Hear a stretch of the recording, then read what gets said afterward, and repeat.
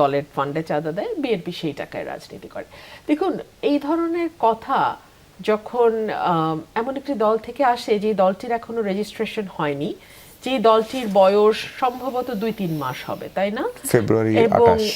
এর মধ্যে 3 মাস, এবং এর মধ্যেই দলটি ইনফ্যাক্ট দলটি প্রসব হওয়ার আগেই রূপায়ণ টাওয়ারের মতন একটা জায়গায় কয়েক লক্ষ টাকা যার ভাড়া, আহ, সেখানে তারা অফিস করছে।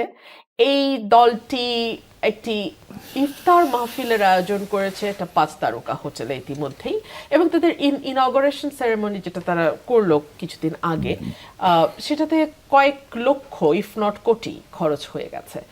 এবং এই টাকাগুলোর সোর্স কোথায়? বিএনপিতে প্রচুর ব্যবসায়ী আছে, বিএনপিতে প্রচুর প্রফেশনালস আছে, বিএনপিতে প্রচুর ডাক্তার আছে, আইনজীবী আছে, এবং আমাদের বৈধ আয়, মানে আইনজীবী ডাক্তার, আমাদের বৈধ আয় কিন্তু কয়েক লক্ষ পার ডে, যদি আমরা সত্যি ফুল কনসেন্ট্রেশন দিয়ে ডাক্তারি করি বা প্র্যাকটিস করি, হ্যাঁ, কয়েক লক্ষ টাকা, সো পার ডে।